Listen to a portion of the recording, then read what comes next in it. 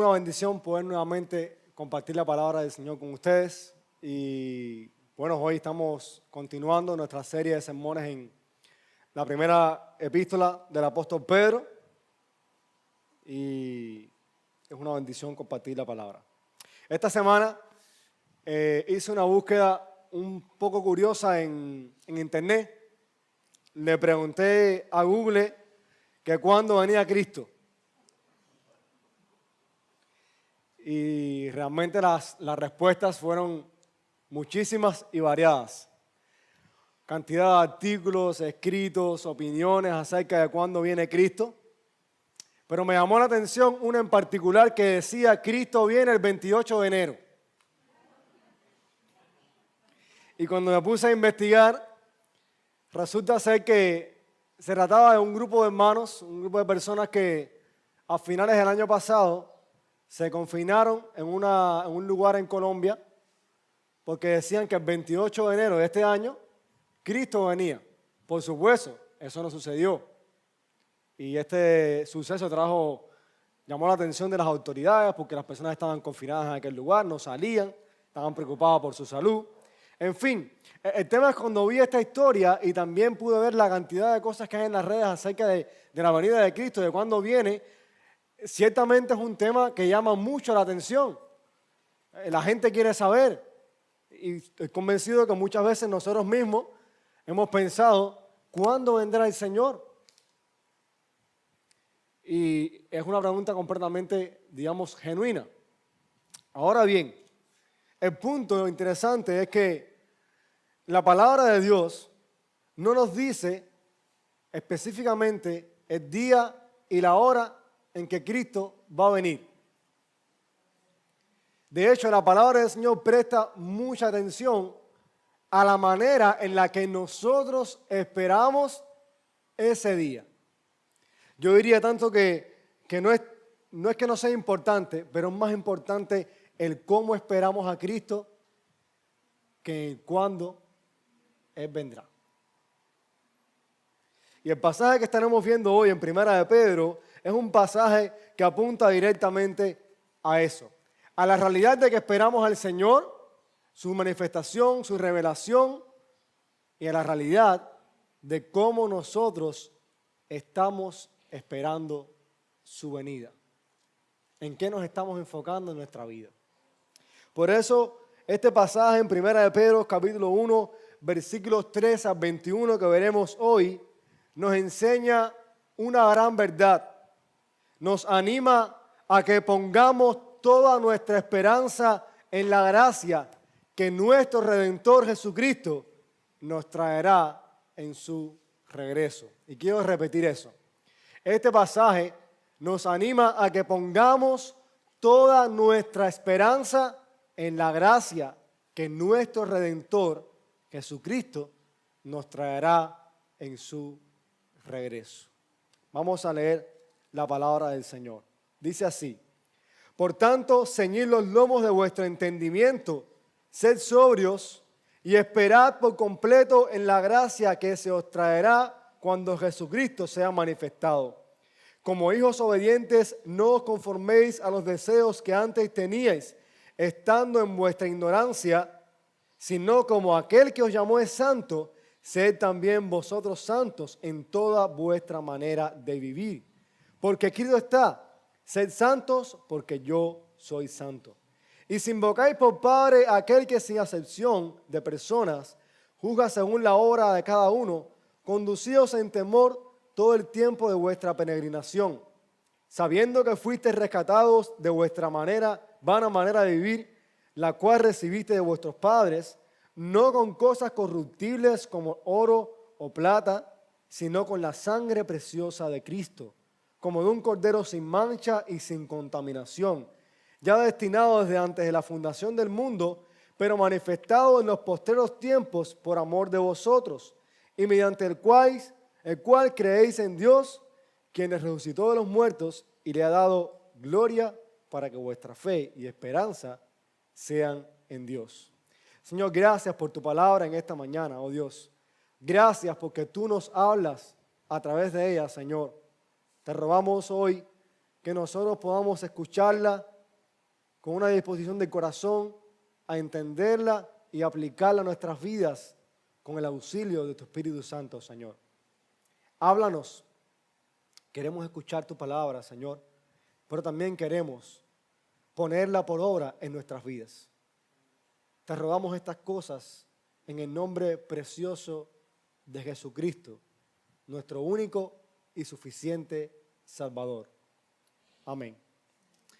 Amén, hermanos, un pasaje sin duda bien especial y vamos a estar viendo en primer lugar en este pasaje cómo Pedro anima a sus lectores a mirar hacia el futuro, a mirar a la gracia, a la salvación consumada que Cristo traerá en su regreso. Es un pasaje que en primer lugar comienza con un por tanto.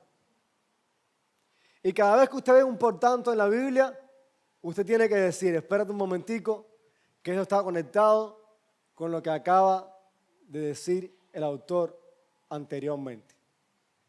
Pedro comienza diciendo, por tanto, lo cual significa que él está anclando lo que va a decir ahora con la realidad de que los creyentes han sido renacidos por la misericordia de Dios para una esperanza viva, reservada en los cielos, incontaminada, inmarcesible, incorruptible.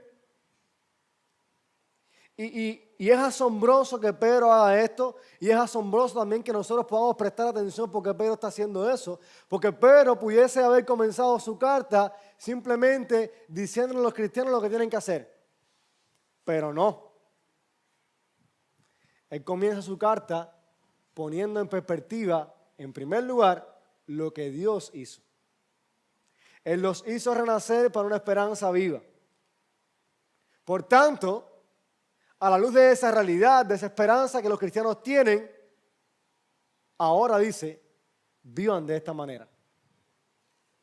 A la luz de la esperanza que tenemos en Cristo, lo primero que Pedro anima a los cristianos a hacer en este pasaje es a poner toda su esperanza en la gracia que Cristo les traerá en su regreso. El pasaje lo dice allí, esperad por completo en la gracia. Ceñidos los lomos de vuestro entendimiento, siendo sobrios, esperad por completo en la gracia. Hermanos, cuando vemos este pasaje y entendemos el contexto, estos creyentes necesitaban que se les recordara la gracia que Cristo les traería. Acuérdense que en el pasaje anterior Pedro le dice, Dios los hizo renacer por una esperanza viva, incorruptible.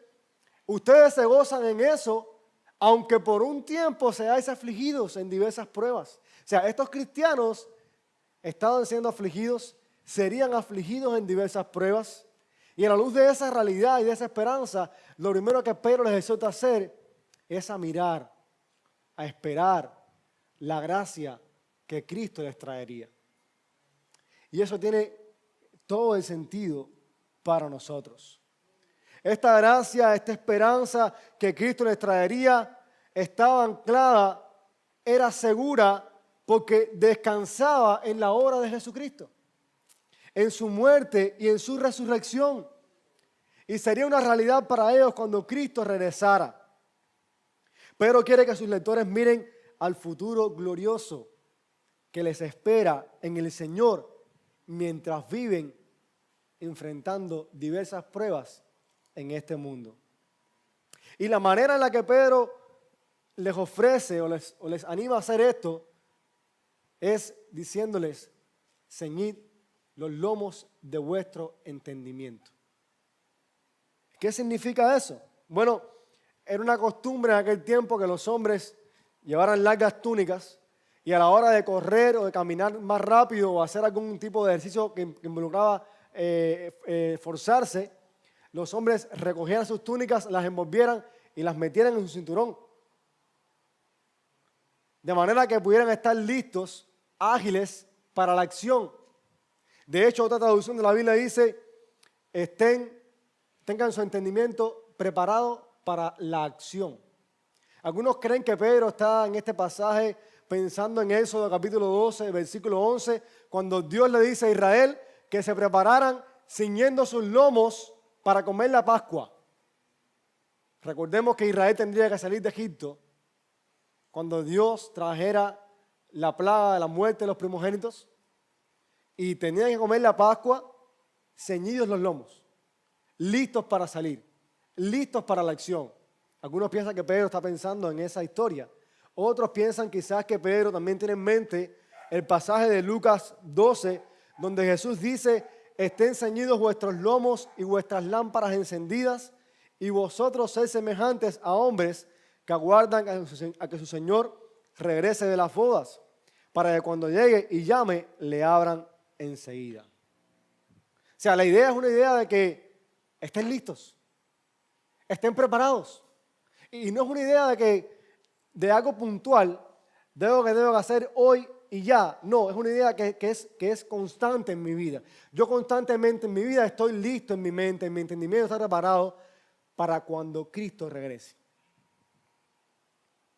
Los creyentes, hermanos, tenemos que vivir nuestra vida de tal manera que sea evidente que esperamos a Cristo.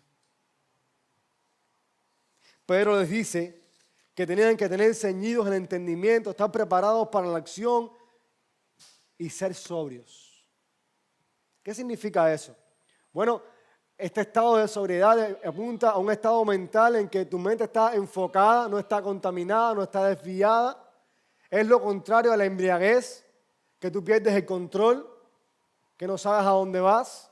Es todo lo contrario de eso. Una mente sobria es una mente que está lista para la acción, que está enfocada y que está preparada y que no se contamina con ninguna otra cosa que aquello en lo que tiene puesta su vista. De manera, hermanos, que cuando nos reflexionamos en lo que Pedro está diciendo aquí, tenemos que entender que este es un llamado también para nosotros. Nosotros tenemos que poner toda nuestra esperanza en la gracia que Cristo nos va a traer en su regreso. Y hacer eso preparados para la acción, con una mente sobria, listos. Hermanos, es muy fácil que nuestra mente, es muy fácil que nuestras vidas se desvíen, se desenfoquen de lo que es más importante. Es muy fácil que nuestra mente se vuelva ambiciosa de cosas materiales. Podemos ser seducidos por la lujuria de este mundo. Podemos ser seducidos por el hambre de tener más y más. Podemos ser seducidos, atrapados por un enfoque incluso político, pensando que se va a resolver todo con cambios políticos. Podemos llegar incluso a pensar, actuar y vivir como el mundo vive y no como Dios quiere que nosotros vivamos. Todo porque nuestra mente, todo porque no estamos preparados y listos para la acción esperando la venida de Cristo. Por tanto, haríamos bien a nuestra alma en escuchar lo que la palabra del Señor nos está diciendo aquí. Ser sobrios, pensar, actuar en concordancia con nuestra identidad como cristianos. En aquel pasaje de Lucas 12 que hace un rato les cité, Jesús termina diciendo a sus discípulos: vosotros pues también estad preparados, porque a la hora que no penséis, el Hijo del Hombre vendrá. La pregunta que podemos hacernos es: ¿estamos preparados? ¿Estamos listos? ¿Está nuestro entendimiento listo para la acción? Para así como Israel estaba listo para salir de Egipto hacia la tierra prometida, nosotros estamos también listos y esperando que Cristo regrese por nosotros para llevarnos a la ciudad prometida. ¿Estamos listos? ¿Tenemos nuestra mirada puesta en la esperanza que está reservada en los cielos para nosotros? Y eso es tan vital y tan importante, porque si no hacemos eso, hermanos, es muy fácil poner nuestra confianza y esperanza en las cosas de este mundo. En el dinero, en los bienes materiales, en tener más y más, en la salud, en el sexo, en las drogas como hacen muchos. Podemos poner nuestra confianza en pastores, en un gobierno. Hermanos, este mundo tiene todo el potencial para cautivar nuestras mentes y que pongamos nuestra esperanza en cosas terrenales y corruptibles que al final no nos van a dar nada. Por tanto, se hace necesario, hermanos, que vivamos una vida de tal manera que mostremos que esperamos a Cristo, que toda nuestra confianza está en Él, a pesar de las tribulaciones, de las pruebas, de las dificultades que enfrentamos a diario. Nuestra mente esté enfocada en que Cristo regresará y tengamos nuestra esperanza puesta en la gracia, en la consumación de nuestra salvación. Y repito eso, hermanos, porque es importante, es vital para nuestras vidas. Porque muchas veces decimos, sí, esperamos a Cristo, pero vivimos como si realmente no lo esperásemos. De ahí el famoso refrán que dice, del dicho al hecho va un buen trecho. Porque no es solamente lo que nosotros confesamos con nuestra boca, es la manera en la que nosotros vivimos eso que confesamos. Lo que decimos creer, necesitamos practicarlo. Estos cristianos a los que Pedro les escribe necesitaban vivir de esta manera en medio de sus circunstancias, en medio de sus pruebas, de sus dificultades. Y nosotros necesitamos hacer lo mismo, hermanos. Todos los días enfrentamos cosas difíciles en este mundo, problemas de la comida, de la corriente, de la cola del pollo, de dificultades también de tipo espiritual, de tentaciones, de pruebas, de aflicciones. Ahora mismo esta situación que tenemos aquí con este local, que no sabemos cómo va a terminar eso. Y todas esas cosas nos pueden abrumar y nos pueden desenfocar de lo que es más importante. Por eso es vital que miremos a la esperanza que tenemos en Cristo, a la gracia, a la salvación consumada que Él traerá cuando regrese. Eso nos mantendrá enfocados. Vale la pena, hermanos. Vale la pena vivir en este mundo a pesar de cualquier circunstancia, esperando el regreso del Señor. Pero no solamente esto. En segundo lugar, Pedro, en estos versos, nos anima a que seamos santos como nuestro Dios es santo. O sea, mientras esperamos que Cristo sea manifestado, mientras esperamos en la gracia que Cristo nos traerá, mientras esperamos la salvación que será consumada, hay una manera en la que nosotros tenemos que vivir. Y es siendo santos. Pero lo dice ahí. En el capítulo 1, versículo 2, Pedro dice allí que fuimos elegidos por Dios en santificación del Espíritu. Y habíamos hablado de que eso significaba que fuimos consagrados, fuimos apartados para Dios. Ahora delante de Él somos llamados los santos del Señor. Pero en este pasaje ahora Pedro va a hablar de la santidad en términos prácticos de la vida cristiana. Ya no solamente de ser apartado para Dios, sino de una manera de vivir que sea consecuente con el carácter de Dios. Y eso es tan importante. Porque Pedro dice allí en el pasaje, en el versículo 14, como hijos obedientes no os conforméis a los deseos que antes teníais estando en vuestra ignorancia. Primer paso para ser santo como Dios es santo. Desecho los deseos que tenía antes. Ya no vivo en ellos. Y estos creyentes, hay una lista de esos deseos que ellos tenían. En el capítulo 4. Sensualidad, lujurias, borracheras, orgías, embriagueces, idolatría.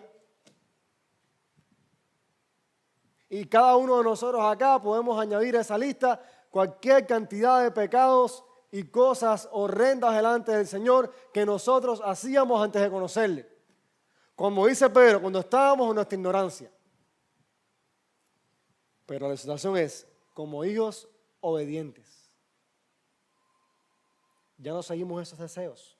O sea, el primer paso para ser santos es el rechazo o apartarme de las cosas pecaminosas de este mundo. Pero Pedro no hace solamente eso. Pedro apela además al carácter de Dios. Y dice, como aquel que os llamó es santo, sed santos en toda vuestra manera de vivir. Fíjense, hermano, no se trata de acciones puntuales de santidad. No es venir al templo el domingo, no es darnos ofrenda a la iglesia. No, son cosas buenas. Pero dice Pedro, sed santos en toda vuestra manera de vivir. Toda nuestra vida, desde ahora y hasta que Cristo regrese o Él venga, tiene que ser vivida en santidad para Dios. ¿Y saben dónde ancla Pedro esa realidad? En la palabra. Porque escrito está, sed santos porque yo soy santo. Pedro cita Levítico capítulo 19, disculpen, Levítico 19, versículo 2. Y es bueno que Pedro hace eso porque cuando nosotros vamos a Levítico 19, entendemos allí que ha sido dado un código de santidad para la nación de Israel, que incluía abstenerse de alimentos, purificación después de un parto, regulaciones respecto a enfermedades, a relaciones sexuales, a otro tipo de leyes. Todo un código de santidad que fuera consecuente con el carácter santo de Dios que había llamado a Israel. Lo interesante es que Pedro no cita el código de santidad. Ni siquiera menciona, estas son las cosas que ustedes tienen que hacer. La dice, escrito está, sed santos porque yo soy santo. Y es importante esta aclaración porque pudiéramos pensar que vivir en santidad para Dios significa, vamos a Éxodo 19 y vamos a vivir todas estas cosas que están en Éxodo 19. Vamos a abstenernos de alimentos, vamos a abstenernos de este tipo de cosas. No. Pedro cita el carácter santo de Dios para recordarnos y ponernos en perspectiva de que lo que no ha cambiado de Israel a nosotros es la santidad de Dios. No la forma en la que nosotros expresamos esa santidad en nuestras vidas. Porque nosotros no somos Israel, porque nosotros no estamos bajo el antiguo pacto, estamos en el nuevo pacto bajo la sangre de Cristo. Una comentarista llamada Karen Jobs dice lo siguiente: así como en el antiguo Israel observaba las costumbres y la moral que lo distinguían de las antiguas culturas mesopotámicas, Pedro instruye a sus lectores que ellos también deben ser apartados de las costumbres, rituales y valores de su cultura en la que alguna vez participaron libremente. La aplicación diferenciada de Pedro del Levítico es interesante porque preserva la autoridad de la palabra de Dios al antiguo Israel como obligatoria para los cristianos, pero no prescribe los detalles del código levítico como la forma de vida que deben seguir sus lectores cristianos. En otras palabras, Israel vivía en santidad para Dios de acuerdo a circunstancias históricas propias de su momento. Y Pedro le escribe a ellos, sed santos porque yo soy santo. Y en el resto de la carta va a hablarles de cosas específicas, pudiéramos decir, un código de santidad en que estos cristianos en su cultura y en su tiempo debían vivir para Dios. Porque ellos no eran el Israel del antiguo pacto, ni tampoco lo somos nosotros. Porque si vamos a Levítico 19, el código de santidad no prescribe nada respecto a ver pornografía. ¿Se dan cuenta, hermanos? La manera en la que nosotros expresamos la santidad en nuestras vidas no tiene que ver con actos puntuales de santidad. Tiene que ver con mirar lo que estamos haciendo y ver si dicha cosa que estamos haciendo se conforma al carácter santo de Dios. Y lo que es asombroso en Pedro es que Pedro en toda su carta después va a poner ejemplos de ese tipo de vida de santidad, ese estilo de vida de santidad. La relación con el esposo, la relación con el gobierno, la relación con el hermano, la relación del siervo con el amo, la relación con los pastores. Así que, hermanos, somos responsables ante Dios por la manera en la que vivimos. Ser santos para Dios lo expresamos en maneras que son apropiadas para nuestro momento histórico, así como lo fue para Israel y también para los lectores de Pedro. ¿Cómo viviremos en santidad? En primer lugar, recordemos, desechando el pecado, las pasiones, los deseos que teníamos antes de conocer al Señor. Segundo lugar, aplicando la palabra de Dios a nuestra vida. Les voy a poner algunos ejemplos prácticos para que ustedes tengan una idea de lo que estamos hablando aquí. Vivir en santidad para Dios significa que si yo antes era un hombre que amaba el dinero y las posesiones, ahora que estoy en Cristo, ya no las amo más. Más bien tengo un corazón agradecido por lo que Dios me ha dado y busco servir a Dios, a mis hermanos, con esas posesiones. Eso es vivir en santidad para Dios. Vivir en santidad para Dios significa que si yo antes era una persona que tenía muchas mujeres, ahora en Cristo ya no tengo muchas mujeres. Tengo una sola mujer y busco reflejar en mi relación matrimonial el carácter de Cristo y de la iglesia en su relación amorosa. Eso es vivir en santidad para Dios. Significa vivir en santidad para Dios de que si antes era una persona que adoraba a los ídolos, ya no los adoro más. Adoro ahora al único Dios verdadero que me ha redimido por medio de Cristo. Vivir en santidad para Dios prácticamente significa que si yo antes era una persona que pensaba nada más en mí mismo y en mis propios deseos y en mis propios intereses y era egoísta, ya no lo soy más. Ahora pienso primariamente en el otro antes que en mí primero. ¿Y saben qué es lo más asombroso de todas esas cosas? Que todas esas cosas son demandas del Evangelio y que están motivadas por el Evangelio. Porque si miramos a Cristo y lo que Él hizo, fue precisamente eso. Él se despojó de su gloria, no estimó el ser igual a Dios como cosa de aferrarse para morir por nosotros. Así que en Cristo tenemos la mejor muestra de una persona que vive en santidad para Dios. Y haríamos bien en imitar su ejemplo, sabiendo, hermanos, sobre todas las cosas, que fuimos redimidos para eso. Por eso no rechazamos la responsabilidad que los cristianos tenemos de tener una vida santa que honra a Dios. Como algunos pretenden enseñar por ahí. No, Dios te salvó. Una vez salvo, siempre salvo, no importa la manera en que tú vivas. No. Porque Dios te redime para que vivas para Él, para su gloria. Así como hizo con Israel. Entonces, hermanos, tenemos que entender que por medio del Evangelio hemos sido hechos hijos de Dios, nuestras vidas han cambiado y por tanto la libertad que tenemos en Cristo es una libertad para vivirla en santidad para Dios, para su gloria,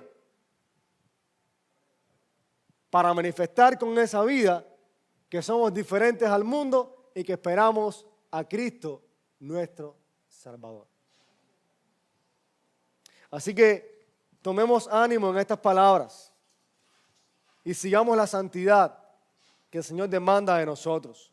El pastor David Helm resume este punto diciendo lo siguiente: la conducta santa es la segunda marca distintiva de quienes ponen su esperanza en la gracia que se revelará en la venida de Cristo. Cuando vivimos vidas que inspiran el carácter santo de Dios, demostramos que hemos interiorizado el llamado a poner nuestra esperanza en nuestra herencia eterna. Por el contrario, cada vez que nos encontramos atrapados y esclavizados por el pecado, cuando todo lo que hacemos es seguir aferrándonos a los placeres de este mundo, le revelamos al mundo y a Dios el poco valor que le damos a la gracia que ha de ser nuestra cuando Cristo venga. Al revolcarnos en las cáscaras del placer terrenal, estamos diciendo, en efecto, que despreciamos el mejor trigo y las recompensas del mundo venidero. Es tremendo. Y que Dios nos ayude a apartarnos del pecado y a vivir en santidad para Él. Por ahí hay algo más que este pasaje también nos enseña respecto a esperar en la gracia que se nos traerá en los versículos 17 al 21. Nos exhorta a que temamos a Dios mientras somos peregrinos. No solamente vivir en santidad mientras esperamos la gracia, sino a temer a Dios. Y fíjense lo que Pedro dice aquí: y si invocáis por Padre a aquel que juzga sin excepción de persona, según la obra de cada uno, conducíos en temor. ¿Cuándo? Todo el tiempo de vuestra peregrinación. Interesante. ser santos en toda vuestra manera de vivir, aquí, conducidos en temor todo el tiempo de vuestra peregrinación. Pero se dan cuenta dónde Pedro ancla esta verdad. Dios juzga. El Padre que ustedes invocan, un Padre que juzga. Y esto es importante, hermanos, porque nosotros creemos un Dios que nos ama, que nos ha redimido en Cristo, pero un Dios también que juzga, y que juzga también a su pueblo, y a sus hijos. No van a juzgar para condenación, porque una vez salvados en Cristo estamos salvados para siempre, pero Dios va a juzgar la manera en la que nosotros nos conducimos aquí, y tendremos que dar cuentas a Dios por eso. Por eso hacemos bien a nuestra vida en el escuchar la exhortación de la palabra y a conducirnos en temor de Dios. Fue precisamente el no temer a Dios y no escuchar su palabra lo que trajo consigo que Israel se desviara, pecara, desobedeciera a Dios y fuera llevado al exilio. Ellos no temieron a Dios. Temer a Dios está íntimamente relacionado con obedecer la palabra del Señor. No es nada subjetivo. Es entender que el Dios que nos salvó demanda de nosotros una vida que sea acorde a nuestra identidad como sus hijos, como aquellos que han sido redimidos por Él.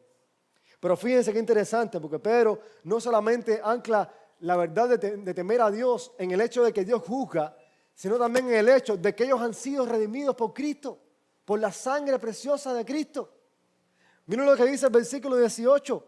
Sabiendo que fuisteis rescatados de vuestra vana manera de vivir, la cual recibiste de vuestros padres, no con cosas corruptibles como oro o plata, sino con la sangre preciosa de Cristo. El pasaje que leíamos ahorita en Isaías 52 es un pasaje tremendo. Dice allí el Señor, porque así dice Jehová, de balde fuiste vendido, por tanto, sin dinero seréis rescatados. Y es un pasaje hermoso, porque es un pasaje que habla cuán bienaventurados, cuán preciosos los pies de aquellos que anuncian el evangelio de paz. Y luego en el 53 está la descripción del siervo sufriente de Dios. O sea, es un pasaje que está íntimamente ligado a lo que Pedro está diciendo aquí. De balde fuiste vendido, sin dinero seréis rescatados. Israel, Dios le promete, serán sacados del exilio sin dinero. Los lectores de Pedro son exiliados. Y Pedro les dice que ustedes no fueron comprados por cosas corruptibles como oro, plata, dinero, sino ¿con qué? Con la sangre preciosa de Cristo. Un lenguaje también que nos recuerda a Israel saliendo de Egipto. Porque cuando Israel tenía que salir de Egipto, ceñidos los lomos, tenían que hacer un rito muy especial, el Cordero Pascual. Y cuando Dios les da las instrucciones, les dice que tenían que hacer un cordero sin mancha. Y la sangre de ese cordero tendría que pintar los dinteles de sus casas, para cuando el Señor pasara llevando el juicio sobre Egipto, ellos fuesen librados. Y ese Cordero Pascual es una figura de Cristo. Por eso Pablo dice que Cristo es nuestra Pascua. Fue precisamente en el tiempo en que Israel celebraba la Pascua que Cristo fue crucificado y derramó su sangre por nosotros. La sangre que dice Pedro en el capítulo 1 de su carta, somos rociados con ella. Y la sangre que dice aquí, que nos ha rescatado, que nos ha redimido, que nos ha comprado, la sangre del Cordero de Dios que dice Pedro que estaba destinado para eso antes de la fundación del mundo, pero que ahora ha sido manifestado por amor de vosotros. ¿Se dan cuenta de lo maravilloso, hermanos, de lo que Dios ha hecho? Nuestra redención no fue un plan B de Dios. No, hermanos. Dios estableció su plan de redención desde la eternidad pasada. Pedro está diciendo aquí que Cristo era el Cordero destinado para nuestra redención desde la eternidad pasada. De manera que cuando miramos a Israel, los sacrificios y los corderos están haciendo dos cosas. Están mirando hacia atrás a la eternidad pasada, al Cordero que estaba ya destinado, y están mirando hacia adelante al Cordero que fue encarnado y que murió y que derramó su sangre por nosotros. Y Pedro dice que nosotros hemos creído en Dios por medio de Él, que Dios resucitó a Cristo de los muertos y le dio gloria, lo glorificó. Y termina diciendo el propósito de eso: para que vuestra fe y esperanza sean en Dios. De manera que nuestra vida como peregrinos aquí, cuando entendemos lo que Dios ha hecho por nosotros, la redención que nos ha dado, es una vida que descansa y confía plenamente en Dios. Temer a Dios es seguir su palabra y descansar en Él. Por eso, hermanos, a medida que vamos concluyendo en esta mañana este pasaje, nosotros necesitamos meditar en varias cosas. Primero, ¿dónde está puesta nuestra esperanza? ¿Dónde está puesta tu confianza? ¿En las cosas de este mundo, corruptibles, vanas, que van a perecer? ¿O nuestra fe y nuestra confianza y esperanza están en Dios por la obra de Cristo? Hermanos, que nuestras vidas descansen en el Señor. Estamos atribulados, estamos cansados, estamos agotados. Solamente cada uno de nosotros sabe diariamente con cada cosa que nos enfrentamos en nuestra vida. Las dificultades, las aflicciones de este mundo, las enfermedades. Yo no sé lo que tú has pasado en los últimos meses. Si te enfermaste de COVID, si fuiste afligido, si en este mismo momento estás siendo afligido por una prueba en tu vida, yo no sé. Lo que te puedo decir es que la esperanza que tenemos en Cristo es tan cierta y tan segura que en medio de los problemas, las circunstancias, las aflicciones que puedes enfrentar ahora, esa esperanza te puede sostener. Pedro quería que sus lectores se sostuvieran mirando a la gracia que sería manifestada para ellos. Sostengamos también nuestra vida en eso, hermanos. Y si tú estás aquí hoy y no eres cristiano, o estás escuchando esto y no eres cristiano, te exhorto a que pongas toda tu esperanza y confianza en Jesús. Que abandones tu vida de pecado, tu vana manera de vivir, los deseos pecaminosos, y que confíes solamente en Jesucristo para tu salvación. Porque de lo contrario, cuando Él se manifieste, si no has confiado en Él, todo lo que quedará para ti será juicio eterno por tu pecado y tu incredulidad. Por tanto, si no eres cristiano, si no eres creyente, arrepiéntete. Cree en el Señor Jesucristo. Pon tu esperanza y tu confianza en Él. Su sangre preciosa que te redime de todo pecado. Nosotros como iglesia también tenemos que mirar este pasaje y entender, hermanos, que esta esperanza que nosotros tenemos es una esperanza para ser compartida. Para que otros puedan conocerla. Para que usted la comparta con sus familiares, con sus amigos, con sus compañeros de trabajo. Y que ellos puedan también ser reconciliados con Dios. Puedan tener también esta esperanza que nosotros tenemos. Por tanto, como iglesia, que prediquemos el Evangelio. Aunque eso signifique sufrir y padecer por la causa de Cristo. Prediquemos el Evangelio. Seamos fieles en ello.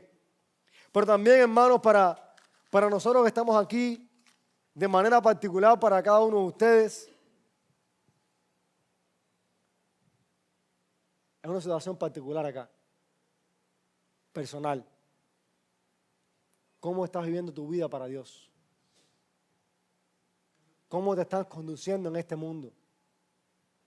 cómo estás llevando tu camino de peregrinación.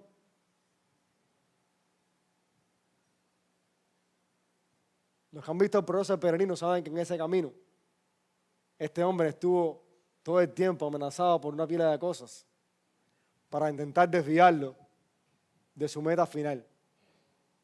Así pasa en nuestra vida como cristianos. Por tanto, hermano, ¿dónde está tu confianza? ¿Cómo estás viviendo tu vida? ¿Te estás conduciendo en temor?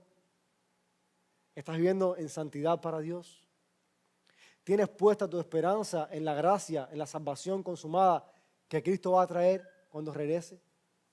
¿Estás haciéndolo? ¿En quién confías para tu salvación? ¿Confías en tu religiosidad?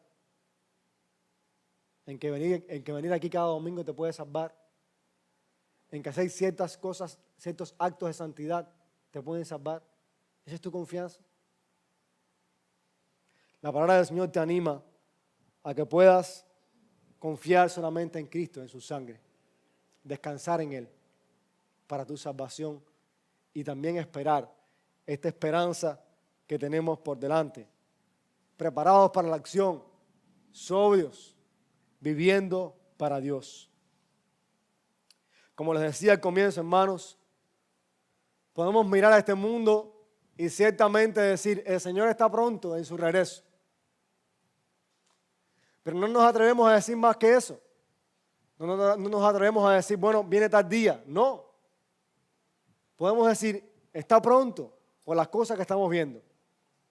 Pero para nosotros no es tan importante qué día o qué hora va a venir, sino que estemos esperándolo. Sino cómo estamos viviendo a la luz de que Él regresará. Eso es lo que Pedro está diciéndonos acá. Por tanto, hermano, recuerde esto. Pongamos toda nuestra esperanza en la gracia, en la salvación que Cristo nos traerá en su regreso.